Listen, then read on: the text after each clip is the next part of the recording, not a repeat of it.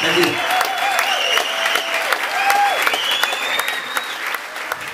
My session career started in the late 70s and went probably for about 20 years. I started in the house band at Saturday Night Live, which is a really popular comedy show in the States. I was there for a couple of years, and I met David Sanborn and met a bunch of studio musicians in New York who began to recommend me.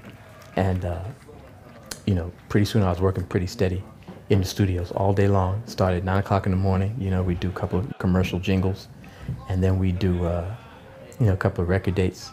And so when I would do other projects, I'd have to like stop the sessions for a minute, you know what I mean, to do, you know, Miles Davis or David Sanborn or Jamaica Boys, anything like that. So it was a pretty full time. But I can start, if you just give me a little question, I can go.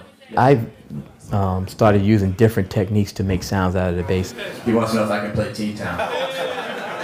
Just a function of not wanting to play a bunch of basses. I wanted to play one bass. I was in New York. I was going from session to session. I didn't feel like carrying 3 basses on my back, and all the bass players that I admired all played one instrument.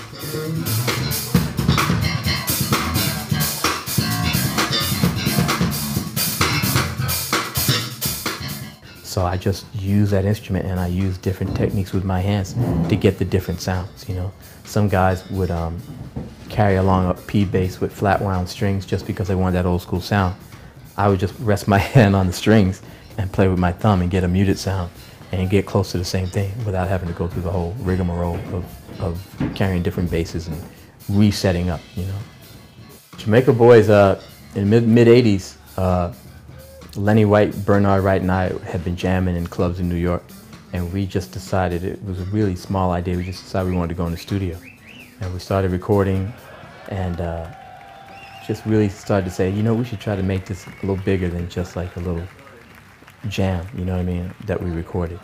And we hooked up with Shaka Khan's brother, Mark Stevens, and that was the beginning. And we just had all these ideas. Lenny White's always got amazing ideas.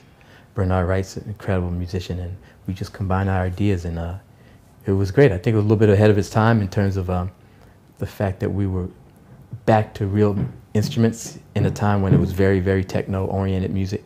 But it still worked in that environment. It's really cool.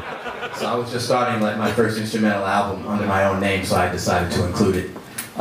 So do that.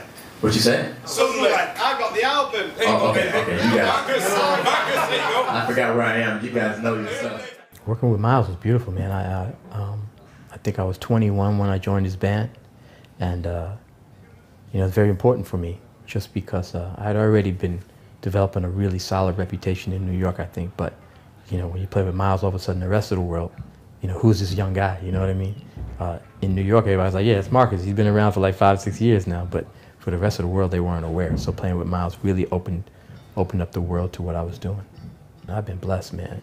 You know, I played with Miles, I played with Herbie, played with Luther Vandross, played with Stevie Wonder, played with Aretha Franklin, David Sanborn, Sonny Rollins, Dizzy Gillespie, McCoy Tyner. You know what I mean? You know, I think important to my career was my relationship with Luther, my relationship with Sanborn, and my relationship with Miles. I think they were very important for me because all 3 of those artists encouraged me to write and produce their music. And so that made me a more complete musician. And I think that's what makes me different from a lot of other bass players, is that, you know, the bass is just a voice that I use, but I'm really a musician. You know, I understand harmony very well. I understand melodicism and production of music and where the bass sits in with music. So I think that really helped me, those relationships.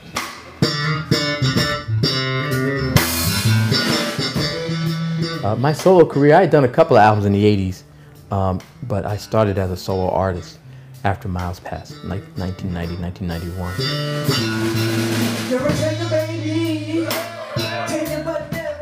And I started off just kind of extending what I've been writing for Miles into my own thing, you know what I mean? And then gradually started to find my, you know, my own voice, you know? I mean, the stuff I had written for Miles, in a sense, was, you know, had my voice in it, but I really had to kind of work to find, you know, something else that was identified with myself. So it was centered more on the bass playing and the compositions. My bass setup is, you know, I use round wounds. I have a preamp, you know, that kind of gives me a little bit more control over bass and treble. And the strings, height-wise, if I'm doing like a R&B session, I'll raise the strings a little bit. If I'm doing a session where a little bit more facility is necessary, then I'll lower the strings a little bit. So I go back and forth on the action, depending on where I'm at. And people can stop writing now. What else? See me! Luther Vandross, see me, the bass line. Oh, yeah. Okay. Now, Luther Vandross, see me. Yeah, yes.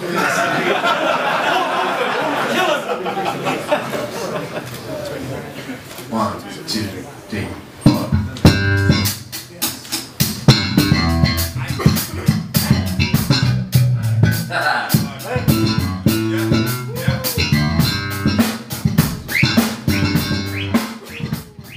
My thumb style is basic, you know, Larry Graham, slap and pluck, you know what I mean? Thump and pluck. Now let me tell you something about the UK. For some reason, this is like for generations. You all like stuff that the people in America don't even pay attention to, right? See Me was the B-side of the single, right? We got taste. So yeah, you got taste, right? So, And, you know, over the years, because I was playing it in different situations, more jazz situations and more subtle R&B situations, and still using the thumb, I think I developed a different kind of attack, you know what I mean? Sometimes a more subtle attack than just really just hitting it hard, you know? And I think I discovered a whole world within the thumb. You know, a lot of people, oh, you know, he just plays with his thumb, and they don't realize, man, I'm on records, they don't even know playing with my thumb, and they can't even recognize that I'm doing it because there are so many possibilities, you know, particularly when you start to do combinations of your thumb and your fingers. It's a whole world in there, and it's like, it involves flamenco, it involves the whole history of the guitar, you know, and the whole history of the acoustic bass combined in one. So that's what's beautiful about the bass guitar. There's like really a lot of history behind it that you can use to push the instrument forward.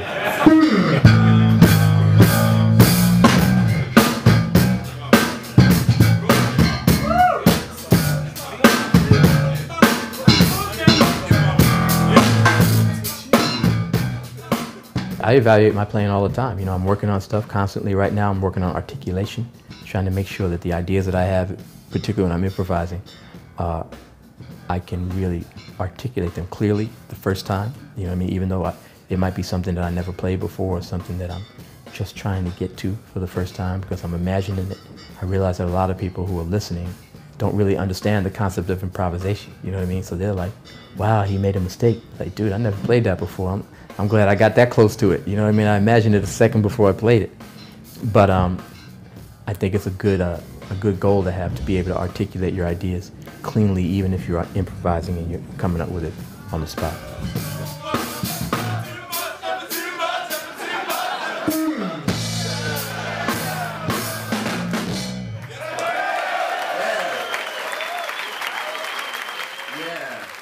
Well, I think the bass is an instrument that has as many possibilities rhythmically as it does melodically, you know. That's what makes the instrument so cool, is that there's a rhythmic component and there's a melodic component, and that's what allows the bass to be like the communicator between the drums and the rest of the rhythm section. So, you know, I really, you know, sometimes accent the rhythm very much, and you can be as creative rhythmically with the bass as you want to. It's limitless, you know, as limitless as there are rhythms. That's how creative you can be. So you just keep yourself open and listen to rhythms, pay attention to rhythms, value rhythms. I think that's the most important thing. A lot of people take rhythm secondarily, you know what I mean? And that's a mistake, in my opinion. Other guys, you know, take melodicism secondarily. I think it's all a mistake. I think you have to aim to try to be a complete musician.